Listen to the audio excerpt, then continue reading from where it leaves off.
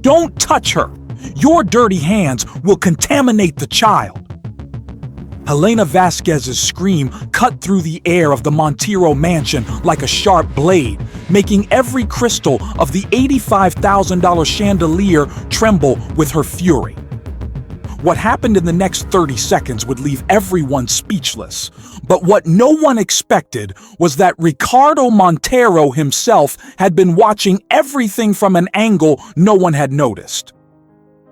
Marina Ferreira was kneeling on the imported Carrara marble floor, her calloused hands from 3 years of hard labor reaching out toward little Sophia, who sobbed desperately with a scraped knee. Blood stained the $1,000 French silk dress the girl was wearing, but it wasn't the physical wound that tightened Marina's chest. It was something in the child's eyes, something she recognized deeply. The mansion in Upper East Side Manhattan, valued at $5 million, had never witnessed a scene like that. The Grand Hall, with its black marble columns and artwork worth more than entire houses, had turned into a stage of humiliation. 15 staff members had frozen at the sharp tone of the head housekeeper. Through the main gate, the first of 50 VIP guests were beginning to arrive for the charity dinner that would take place in 2 hours. Helena Vasquez, 45, immaculate in the designer uniform she had chosen herself, advanced like an eagle upon its prey. Her $250 Italian leather shoes clicked on the marble with the precision of a metronome of rage. Marina, 34, in her worn but meticulously clean gray uniform, remained still, arms still reaching out to the sobbing child. "Step away immediately," Helena continued, her voice echoing through the double-height hall. "People like you have no right to touch children from this family. You're paid to clean, not to pretend you know anything about child care." Marina Ferreira was not what she appeared to be. Behind the maid's uniform, the simple bun, and the hands marked by cleaning products, there was a story no one in that house knew. 3 years earlier, she had taken the job at the Montero mansion out of sheer desperation. With 3 children to raise on her own and a sick mother in need of continuous treatment, the yin $200 monthly salary had been a lifeline, though hardly enough. Her brown eyes, always cast downward at Helena's command, hid a sharp intelligence and an education that completely contradicted her current position. But Marina had quickly learned that revealing her qualifications would only result in more humiliation. "A maid with a diploma is even more pathetic," Helena had once said to another employee, unaware that Marina was listening. Helena Vasquez was the opposite in every way. Head housekeeper for the past 2 years, she ruled the domestic staff with an iron fist and an even sharper tongue. Coming from a middle-class family that had lost everything, Helena compensated for her own frustrations by exercising absolute power over those she considered beneath her. Her $3,000 monthly salary had become her entire identity. She cultivated an impeccable appearance, blonde hair always tied into a perfect French bun, makeup that lasted through 12-hour shifts, and a wardrobe that rivaled many socialites. For Helena, working for the Monteros wasn't just a job. It was validation that she belonged to that world, even if only as a privileged observer. Little Sofia Montero, 3 years old, was a silent mystery in the house. Unlike other children her age and social standing, she rarely smiled, spoke only when necessary, and spent hours staring out the window of her third-floor room. Staff whispered about the parents' constant absence, always away on business trips, leaving the girl under Helena's care. What no one knew, except Helena, was that Sofia was not Ricardo Montero's daughter, but his granddaughter. A family tragedy had left her orphaned at 6 months old, and Ricardo, now 62, had assumed custody. But assuming custody and assuming care were two very different things. Immersed in his billion-dollar businesses, he had delegated Sophia's entire upbringing to Helena, trusting blindly in her impressive credentials and impeccable references. The mansion was a perfect reflection of that distorted dynamic, beautiful on the outside, cold on the inside. Every room decorated by renowned designers, every piece of furniture chosen for its value and provenance, but no corner of the 5,000-square-foot house carried the warmth of a true home. It all began as simply as it was tragic. It was a Thursday afternoon, and preparations for the charity dinner were in full swing. The event would raise funds for a children's hospital, an irony that would not go unnoticed later. $500,000 was the target for the evening, with each invitation costing $2,000 per person. Sophia had come downstairs from her room, something rare during event preparations. Normally, Helena kept her confined to the children's wing, away from the eyes of staff and potential bad influences. But that day, something had slipped from the rigid routine. Dressed in a Dolce & Gabbana kid's outfit worth $1,500, the girl wandered through the indoor garden like a little lost ghost.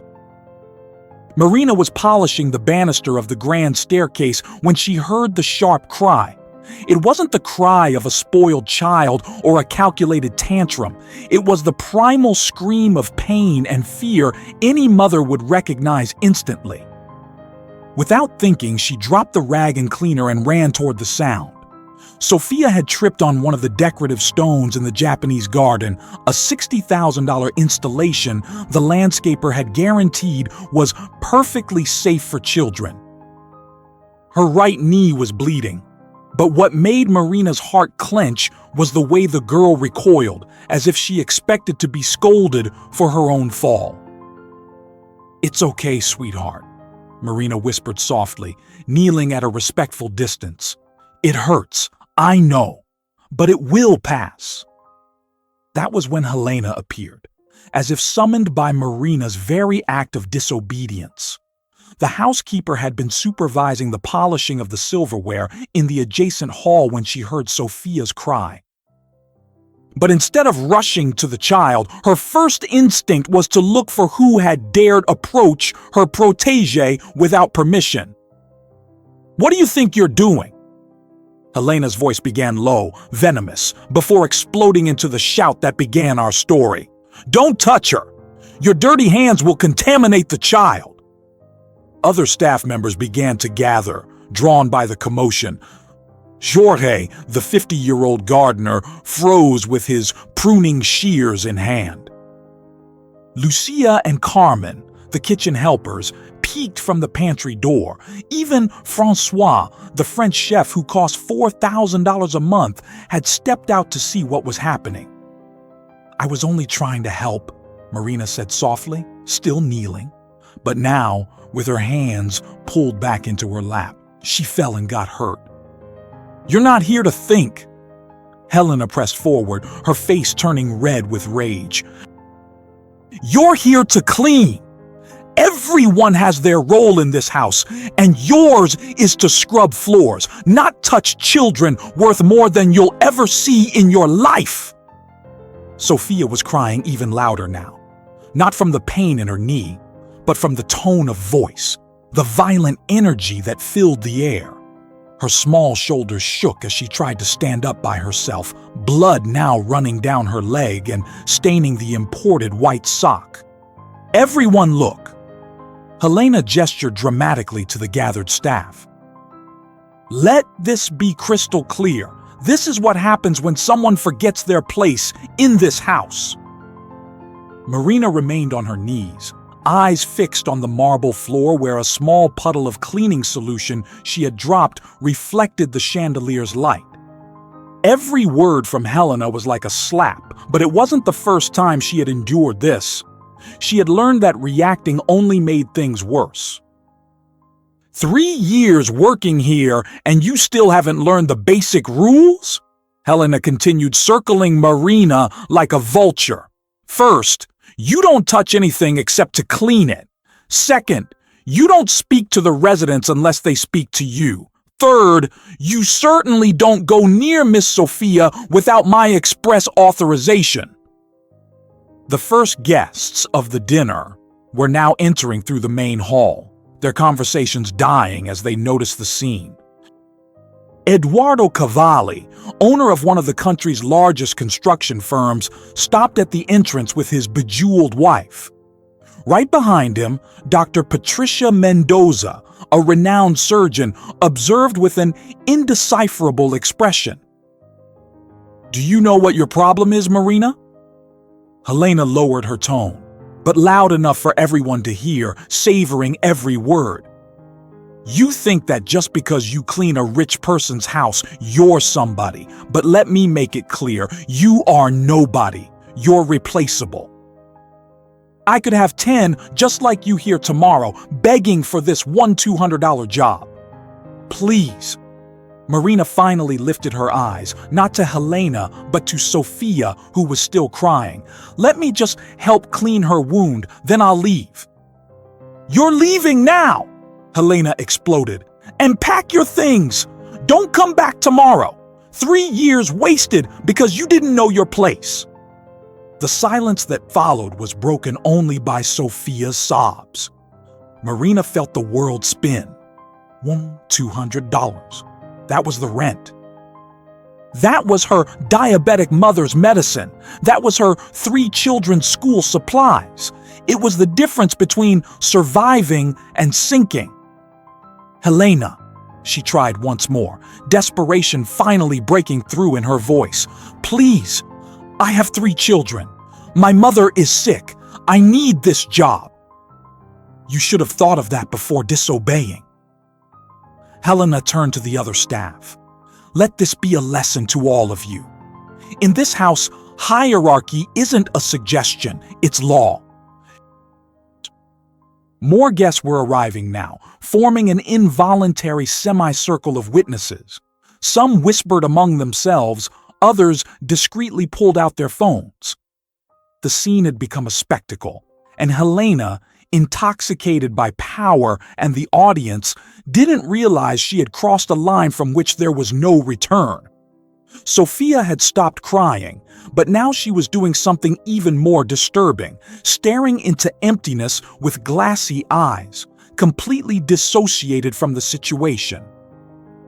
It was that look Marina knew too well, the look of a child who had learned that crying was useless, that no one would come to comfort her. "Look at me when I'm talking to you." Helena grabbed Marina's chin, forcing her to lift her face. "I want you to understand exactly what you lost today." At that peak moment of tension, Sophia did something unexpected.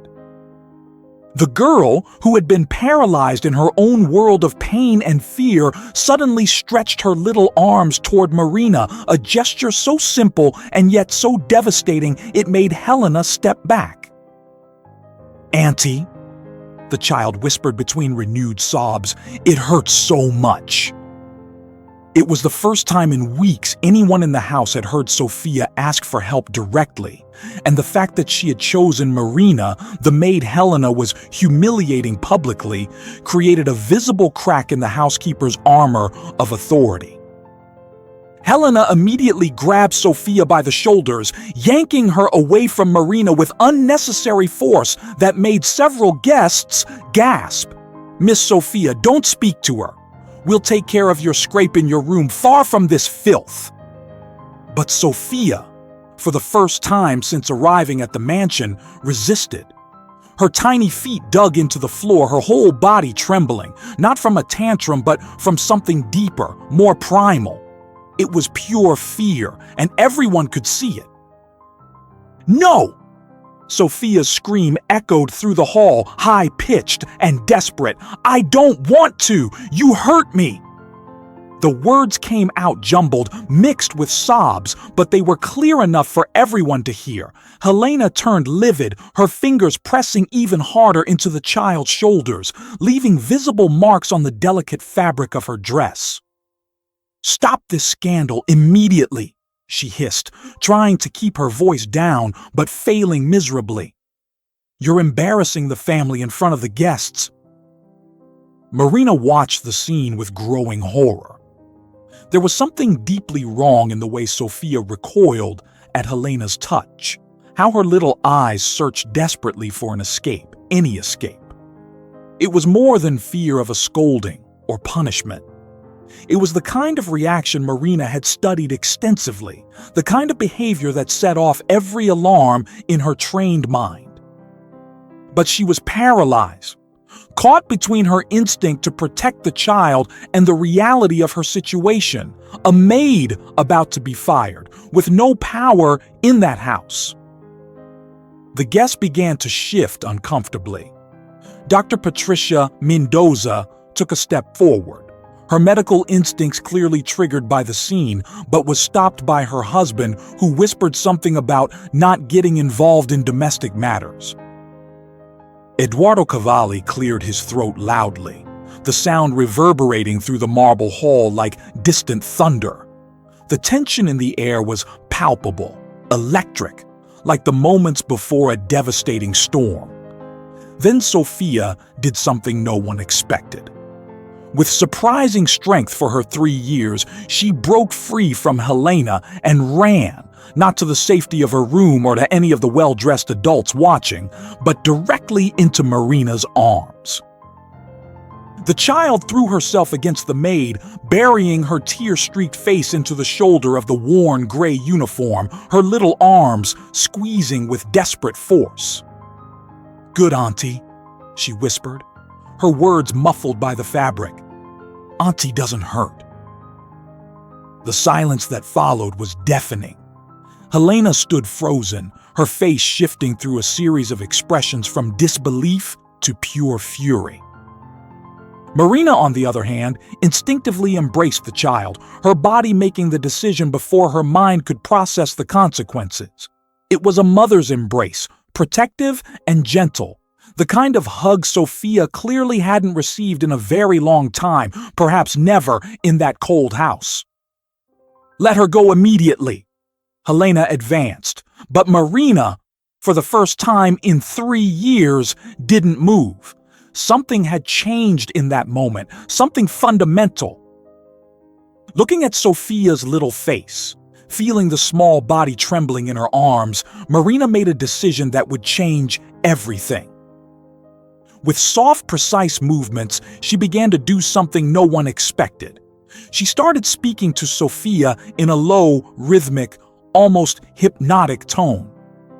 "Breathe with me, sweetheart," Marina murmured, her hand making gentle circles on the child's back. "In through your nose. 1, 2, 3. Hold it. Now out through your mouth, slowly, like blowing out a candle. That's it. Very good." It was a specific emotional regulation technique for children in crisis, something no ordinary maid would know. Helena took another step, but was stopped by what happened next. Sophia, who had been hyperventilating, began to visibly calm down. Her sobs eased, her breathing grew steady, her small muscles gradually relaxed. In less than 30 seconds, the child, who had been in full-blown panic, was now breathing normally, still clinging to Marina but without the earlier desperation. It was like watching magic, except it wasn't magic, it was science, applied with mastery. "How did you—" Helena began, but was interrupted by a voice no one expected to hear. Fascinating. Dr. Patricia Mendoza had stepped closer, her trained eyes analyzing every detail of the scene. That's the box breathing technique, adapted for children. It's taught in advanced child psychology courses. Where would a maid learn that? Marina lifted her eyes slowly, still holding Sophia, who had now fallen asleep in her arms, exhausted by the emotional storm. The moment she had avoided for 3 years had finally come, the moment she would have to choose between survival and conscience. "I'm not just a maid," she said softly. but with a firmness that surprised everyone, even herself. Helena laughed, a harsh, unpleasant sound that cut the air like broken glass. "Oh, now the maid wants to play important. What's next? Are you going to say you have a degree? That you went to college? People like you love to invent stories when you're desperate." But her laugh died as Marina continued speaking, her voice gaining strength with each word. "I graduated in education from the University of São Paulo 12 years ago. I specialized in child development at PUC. I have a master's in child psychology from Unicamp." Each credential fell like a bomb in the hall. The guests drew closer, forming an ever tighter circle around the scene. "I worked 5 years at the Children's Hospital with traumatized kids before—" Marina paused, swallowing hard. "Before life forced me to take this job." The revelation landed like an explosion in the marble hall. Helena opened and closed her mouth several times, looking like a fish out of water, unable to form a coherent response. The guests murmured among themselves, some discreetly lifting their phones to record what was turning into a monumental scandal. Eduardo Cavalli whispered something to his wife about always knowing something was wrong in this house, while others pressed in closer, drawn to the drama like moths to a flame. Marina went on, her voice carrying an authority that 3 years of servitude had never managed to erase. "But that's not what matters most right now.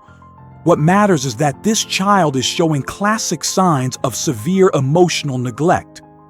The way she recoils at Mrs. Helena's touch, the dissociation I witnessed minutes ago, the selective mutism she's clearly developed, these are all indicators any professional in the field would recognize immediately." "How dare you!"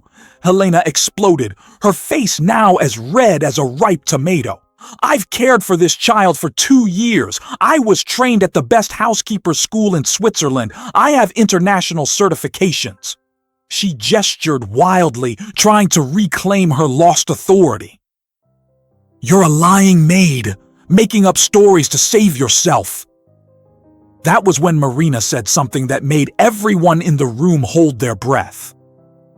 "If you truly cared about Sophia, you'd know she can't fall asleep without checking 7 times that the door is locked.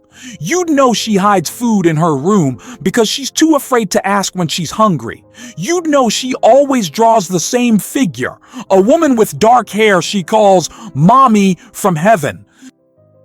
And you'd know that when she stares at the wall in her room, it's not stubbornness or defiance.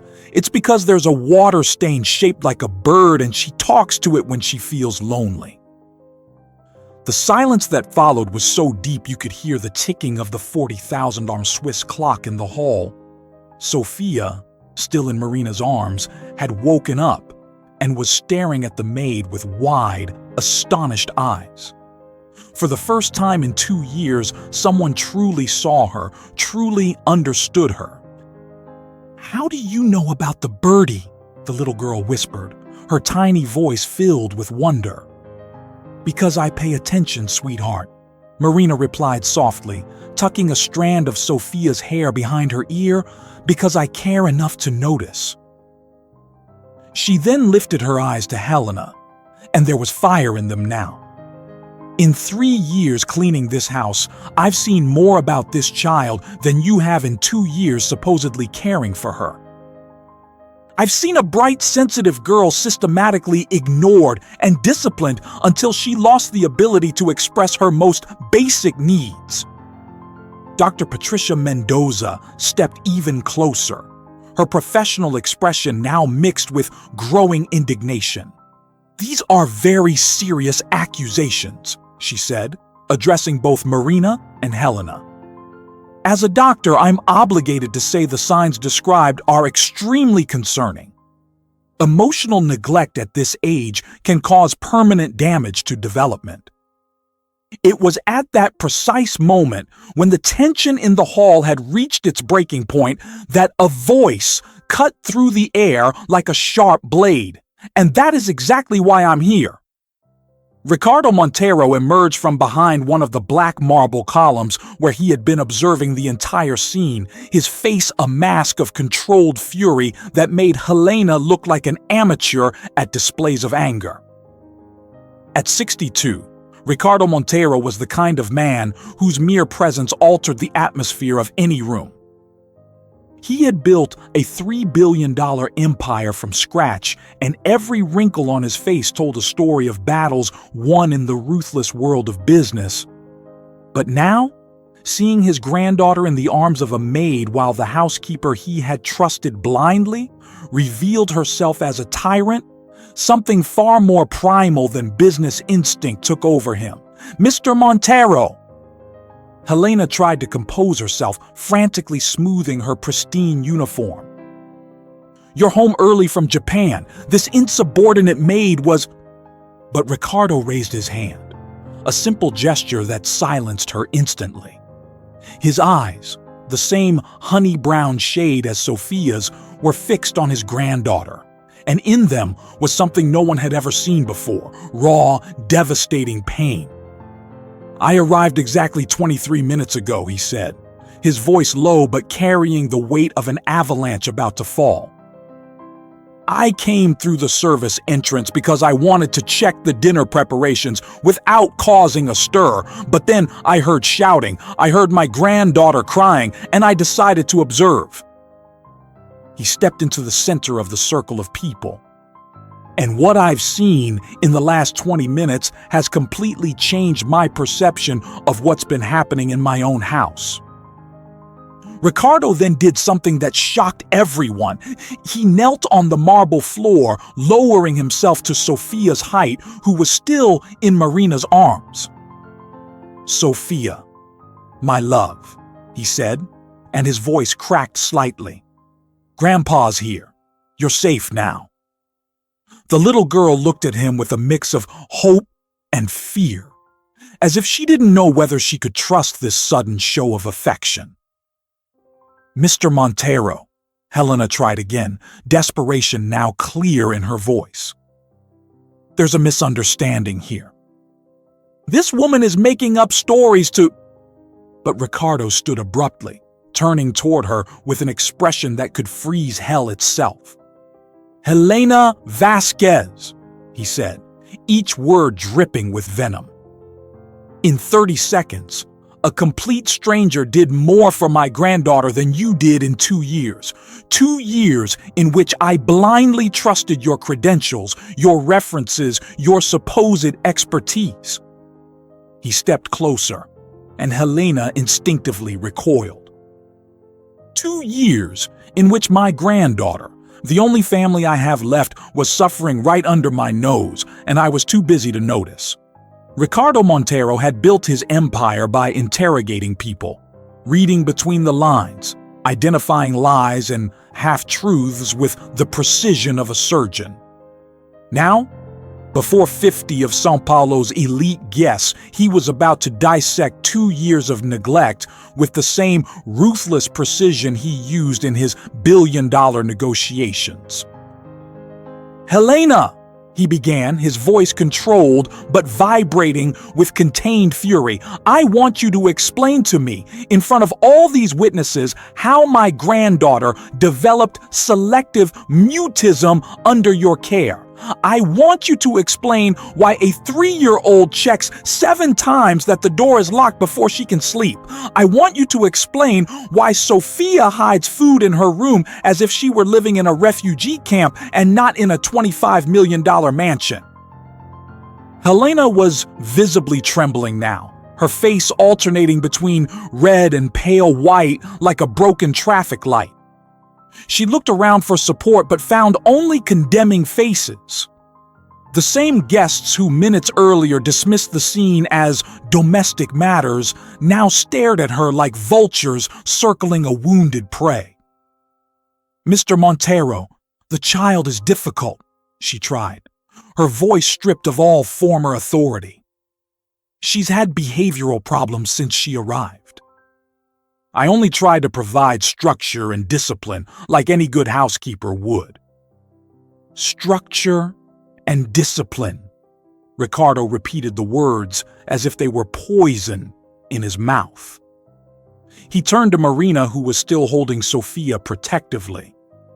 "Mrs. Marina, you mentioned you've observed my granddaughter for 3 years. Tell me, what else did you notice that my $3,000 a month housekeeper apparently failed to see?" Marina hesitated, looking between Ricardo and Helena, aware she was about to cross a line from which there would be no return.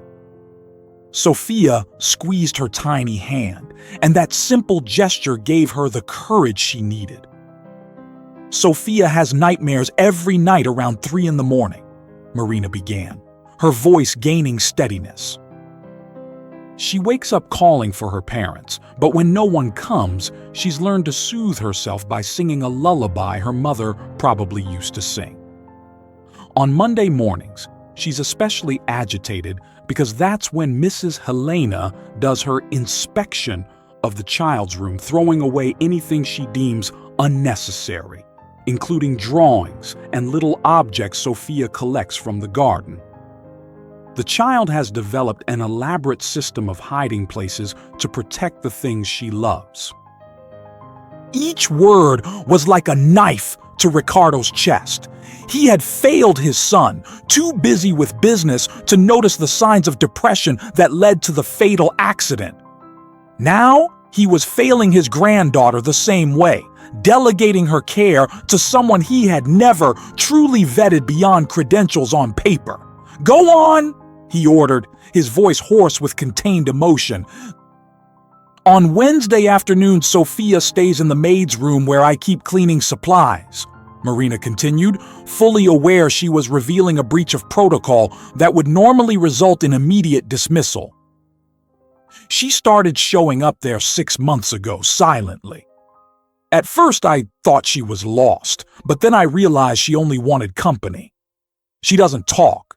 She just sits and watches me fold cloths or organize products. Sometimes she falls asleep in the corner and I cover her with my coat. I always wake her before Mrs. Helena notices she's missing." The revelation that Sophia sought comfort in a supply closet instead of her $100,000 princess bedroom was the final blow to Helena's composure. "This is absurd!" she screamed. Any pretense of professionalism evaporated. "This woman is making up stories to save herself. Mr. Montero, are you going to believe a desperate maid instead of me? I'm the one with international certification, recommended by the best families in Sao Paulo." But her outburst only sealed her fate. "The best families in Sao Paulo," Ricardo repeated with a bitter smile. "Interesting you mention that, Helena, because I just remembered I never personally checked your references. I trusted the agency, trusted the pretty papers with gold seals. But now I wonder, how many other children suffered under your care?" He pulled his phone from his pocket. "Carlos," he said to his head of security, "I need you to verify all of Helena Vasquez's references immediately. Call every family, every agency. I want everything in 30 minutes." Meanwhile, Dr. Patricia Mendoza had stepped closer and was discreetly examining Sophia, still in Marina's arms. "Excuse me, Mr. Montero," she interjected with her medical authority. "As a pediatrician with 20 years of experience, I must say the signs I'm observing in your granddaughter are extremely concerning. The way she clings to Mrs. Marina, the hypervigilance in her eyes, the constant tension in her small muscles all indicate prolonged trauma. This child needs immediate professional intervention." Encouraged by the unexpected support, Marina decided to reveal the last piece of the puzzle. "Mr. Montero, there's something else you need to know. I didn't come to work here by chance. 3 years ago, I was a child psychologist at the Hospital das Clínicas. I coordinated the support program for orphaned and trauma-exposed children. But when my husband died in a work accident, leaving 3 children and medical debts from his prior illness, the insurance denied coverage, citing a pre-existing condition. I lost everything trying to save him, including my home and savings. With 3 kids to feed and my diabetic mother needing insulin that costs about $160 a month, I took the first job that appeared, maid, in this house. The revelation sent a wave of murmurs through the guests. Here was a highly qualified professional reduced to cleaning bathrooms by circumstances beyond her control, while a supposed specialist with questionable credentials traumatized a vulnerable child. Eduardo Cavalli stepped up to Ricardo. "Montero, I know Dr. Marina Ferreira by reputation. She's published articles on childhood trauma that are national reference points. My foundation tried to hire her 4 years ago to lead our orphan support program, but she declined because she wouldn't leave her sick husband." Ricardo's phone rang.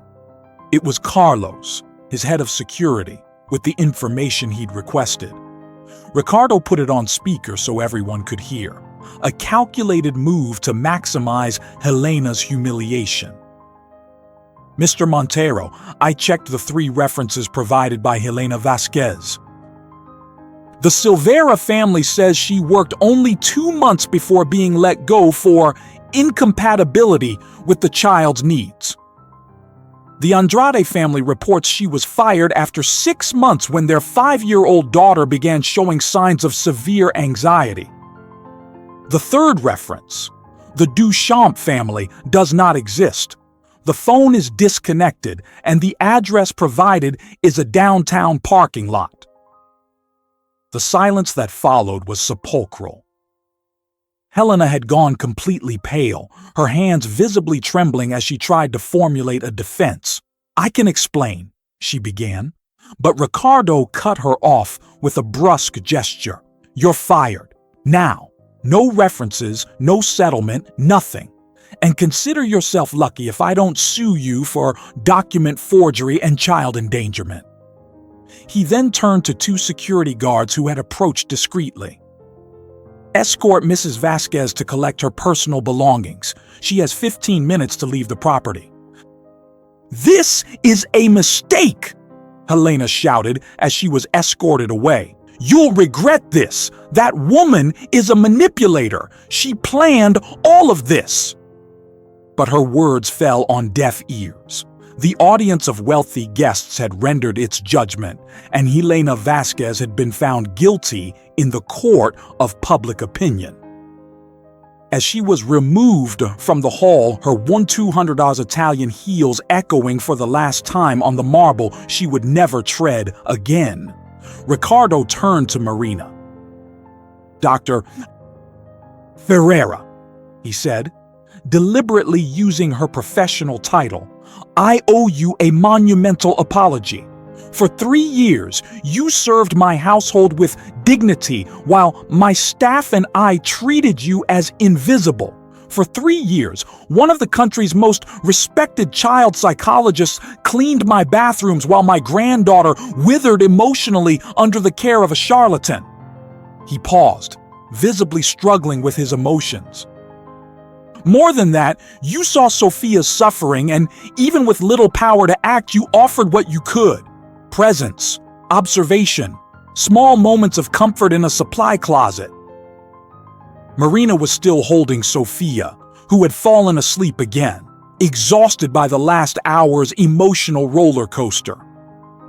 "Mr. Montero, I only did what anyone with a heart would do. Sophia is an extraordinary child who just needs love and appropriate attention. With the right support, she can overcome all of this." Ricardo nodded, then asked the question that would change everything. "Dr. Ferreira, will you work for me? Not as a maid, obviously, but as Sophia's therapist and caregiver. I'll offer a salary in line with your real qualifications, say $5,000 a month to start with full benefits for your family. The entire hall held its breath, waiting for Marina's answer. $5,000 a month was more than she had earned in an entire year as a maid. It was her family's salvation, the chance to return to what she loved. But Marina Ferreira was not someone who made rash decisions, even when the offer sounded like a dream come true. She looked at the sleeping Sofia in her arms, then at Ricardo Montero, and finally at the 50 faces of São Paulo's elite witnessing this extraordinary moment. "Mr. Montero," Marina began, her voice calm but firm, "I accept on a few conditions." Ricardo arched an eyebrow, clearly unaccustomed to employees negotiating terms, but gestured for her to continue. "First, I need schedule flexibility to care for my own children and my mother. Second, I want full autonomy over Sofia's treatment without interference from housekeepers or other staff. Third, I need you to commit to actively participating in her recovery. Sofia doesn't just need a therapist, she needs her grandfather present." The last condition made Ricardo flinch as if he'd been punched. For 2 years, he had hidden behind his packed calendar, international trips, endless meetings, using work as a shield against the pain of losing his son and daughter-in-law. Caring for Sofia would mean facing that pain daily, something he had avoided religiously. "All your conditions are accepted," he answered after a beat of silence, his voice carrying an emotion that surprised everyone who knew him as a ruthless business shark. "And more. I want your children on full scholarships at the best schools in São Paulo, and your mother will have access to the best medical treatment available, all covered by the Montero family." What happened next transformed a domestic scandal into a moment of profound change that would reverberate across São Paulo society. Still holding the microphone prepared for his opening remarks at the charity dinner, Ricardo made a decision that surprised even those who had known him for decades. "Ladies and gentlemen," he began, addressing the guests still processing the drama they had witnessed, "you came tonight for a charity dinner benefiting Santa Clara Children's Hospital. The goal was to raise $500,000. But what we witnessed here today showed me there are problems much closer to home that need our attention." He paused dramatically, looking at Marina, who still held Sofia, now awake and clinging to her as if she were a lifeline. "Therefore, I hereby announce the creation of the Sofia Montero Foundation for Child Protection and Development, with an initial endowment of $2 million. This foundation's mission will be to identify and support qualified professionals who, like Dr. Marina Ferreira, were forced by circumstance to accept jobs below their qualifications. In addition, it will create training programs for child caregivers, focusing on emotional development and the early identification of signs of neglect or abuse." The applause that followed was unlike any ovation that hall had ever heard. It wasn't the calculated, polite clapping of the elite, but a genuine expression of admiration for a gesture that transcended ordinary charity. Eduardo Cavalli was the first to speak up. "Ricardo, Cavalli Construction commits $1 million to the foundation." Dr. Patricia Mendoza immediately followed. "The Mendoza Institute of Pediatrics offers our expertise and another $500,000. Within minutes, pledges totaling an additional $3 million were announced, turning what was supposed to be a $500,000 dinner into a $5 million movement. The same mansion in Jardim Europa that 6 months earlier had been the stage for humiliation and revelations now shone with a completely different energy. Morning sun poured through open windows, No longer blocked by heavy curtains Helena had insisted on keeping closed to protect the expensive furniture. The most remarkable sound was no longer the oppressive silence, but Sophia's crystalline laughter echoing down the corridors as she played tag with Marina's 3 children in the garden that had once been off-limits to preserve the landscaping. Marina was in the library, now transformed into her office and therapy room, reviewing progress reports not only for Sophia, but for 12 other children she now saw through the foundation.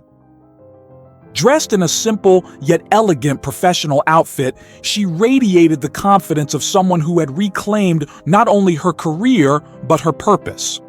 Her children, Pedro, 12, Lucas, 10, and little Ana, 7, attended Colegio Santo Americo on full scholarships, and her mother, Donna Carmen, had undergone successful surgery and now managed her diabetes with the best medications available. Sophia had blossomed in ways even Marina, with all her experience, hadn't fully anticipated. The girl who 6 months earlier hardly spoke now chattered constantly, asking questions about everything, laughing at her own jokes, and most importantly, sleeping through the night without checking the door even once.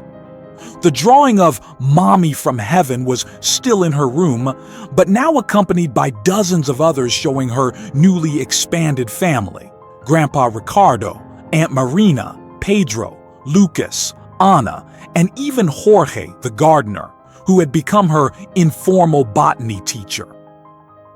Ricardo Montero was perhaps the most dramatic transformation of all. The man who used to get home after midnight now made a point of being present for dinner every night.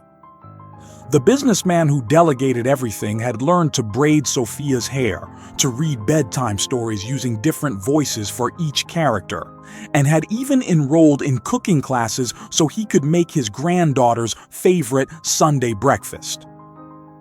His company hadn't suffered from the change in priorities. On the contrary, his executives reported he was more focused and decisive than ever, as if finding his personal purpose had sharpened his professional one. The case against Helena Vasquez was swift and definitive. Investigations revealed a pattern of forged documents and references going back 10 years.